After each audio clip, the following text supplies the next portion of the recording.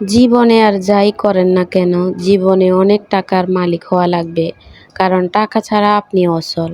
আপনি যখন অনেক টাকার মালিক হবেন, তখন আপনার পাশে মানুষের অভাব হবে না।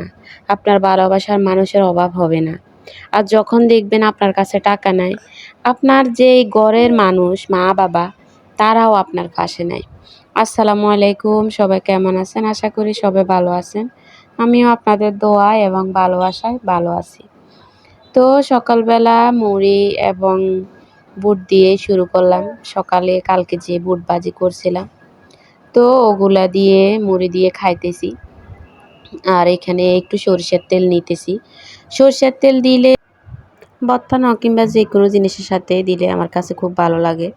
তো যাই হোক, মানে এখানে খাওয়ার পরে বাজারে গেছিলাম। বাজারে যাওয়ার পরে ওখান থেকে একটা পেঁপে আনছি আর একটা মুরগি আনছি।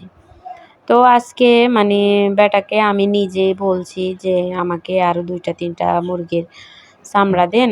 তো পরে ও 2টা-3টা মুরগির চামড়া দিছে, কিন্তু ওর চামড়াগুলো আমার পছন্দ হয় নাই।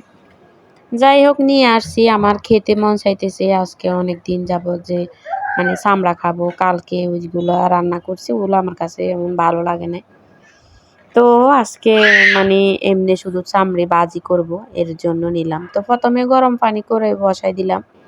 এদিকে আমার মেয়েও কান্না করতেছে। মানে ওকে নিয়ে একটা আছি ঝামেলার ভিতরে। ও সারাক্ষণে জ্বালাতন করে, কান্না করে আর আমাকে অনেক জ্বালায়। তো ওকে আমি আগে ঘুম পাড়াইছি। ঘুম পাড়াবার পরে আমি তারপরে চামড়াগুলো বাছতে গেছি। তো মাশাআল্লাহ ও ঘুমাতে ঘুমাতে আমি চামড়াগুলো বেছে নিছি। তারপরে এদিকে মুরগিটাও কেটে নিছি। আর মুরগিটা এখন ভাগ ভাগ করে ফ্রিজে রেখে দিব। তারপরে একটু একটু নামাইয়ে রান্না করব। আর আমরাও এখানে বেশি দিন নাই, এখান থেকে তো আমরা চলে যাব, আপনারা জানেনই। এখানে পেঁপেটা কেটে নিচ্ছি। অল্প একটু পেঁপে নিব, মানে ভাজি করব, কারণ আমার ছেলে খায় না। তা আমার জন্যই শুধু ভাজি করব। আর দেখতে পারতেছেন অল্প একটু নিছি পেঁপে।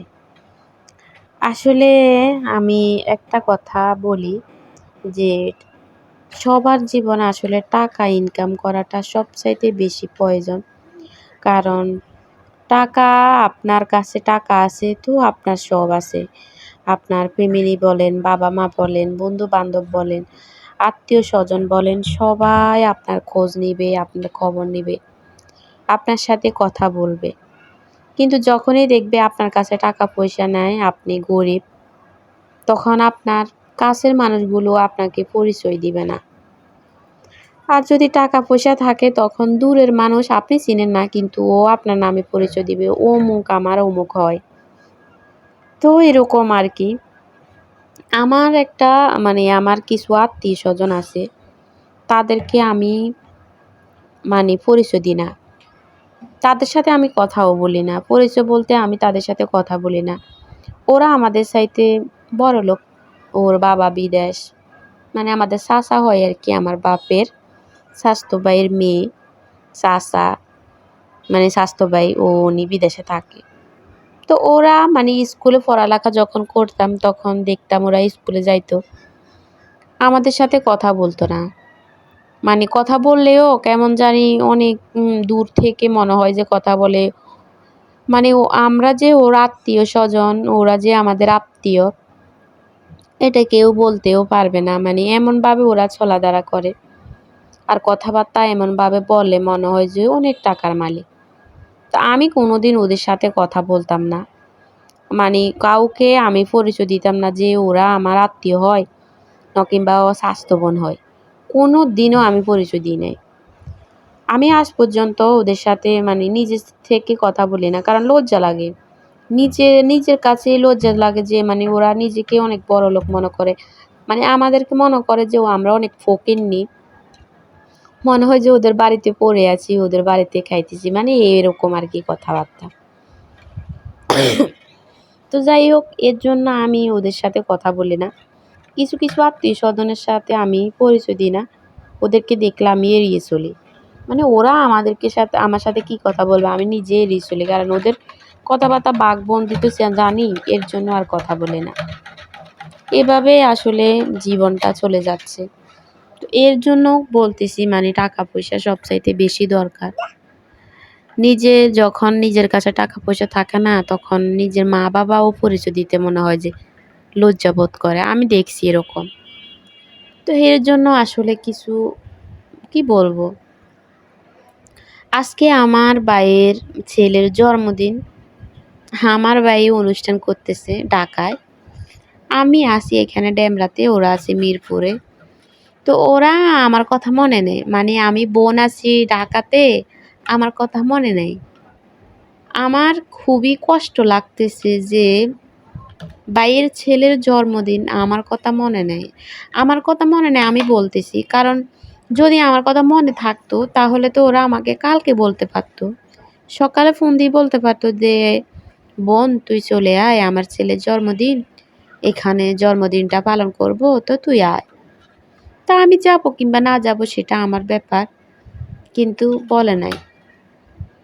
আমার ভাইয়ের বউ আমাকে 2টা বাজে ফোন দিছে, বলতেছে আপা, মানে ঠ্যাস মারি কথা বলতেছে।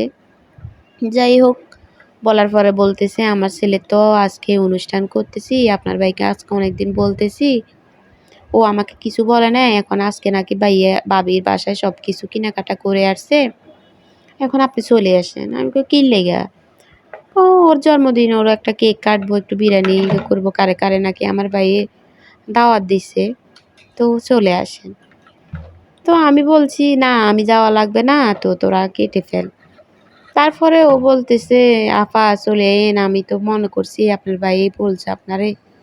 আমি কই না থাক, এখন ফোন দিছত মানে আমি মানে আমি আমি যাওয়ার জন্য না, এটা হয়েছে কি যে হয়তো আমি কোনোদিন শুনবো, শুনলে আমার মনে কষ্টে যাবে, এর জন্য মানে আমাকে ফোন দিতেছি যে হ্যাঁ আমি যাব না, তো তোরা তোদের অনুষ্ঠানটা তোরা পালন কর। পরে ও বলতেছে আপা রাগ করেন না, হ্যাঁ এখন আপনি চলে আসেন। আমি কই না থাক, তোরা অনুষ্ঠানটা তোরা পালন করে নে, আমি যাওয়া লাগবে না। খুব খারাপ লাগতেছে আসলে। ভাইদের বোনেদের কথা মনে থাকে না, কিন্তু বোনেদের ঠিকই ভাইদের কথা মনে পড়ে। হয়তো আমার ভাইরা এমন আমি কোথাও দেখি নাই কারো ভাইরা এমন হতে। আমি দেখছি আমার ভাইরা এমন হতে। ওরা আসলে ওদের মনে থাকে না। বোনেদের ওদের মনে থাকে না। ওরা ওই যে বন্ধু-বান্ধব, ওদের কথা সবসময় ওদের মনে পড়ে সবসময়। তো যাই হোক, আসলে খুব কষ্ট লাগতেছে আমার যে আমার ভাইয়ের ছেলের জন্মদিন আমাকে বলতেছে দুপুরবেলা। তারপর আমার ভাই ফোন দিছে দুপুরবেলা, ফোন দিয়ে বলতেছে আপু চলে আয়। কি লেগা? বলতেছে এর জন্য একটা কেক কাটবো, তো আয় একদিন থাক। আমি কই না সমস্যা নাই, করে ফেল। তো বলছে আচ্ছা ঠিক আছে। আমি আসলে আমার ভাইদেরকে অনেক ভালোবাসি, কিন্তু বুঝাতে পারি না কোনোদিন। হয়তো ওরা কোনোদিন বুঝবেও না।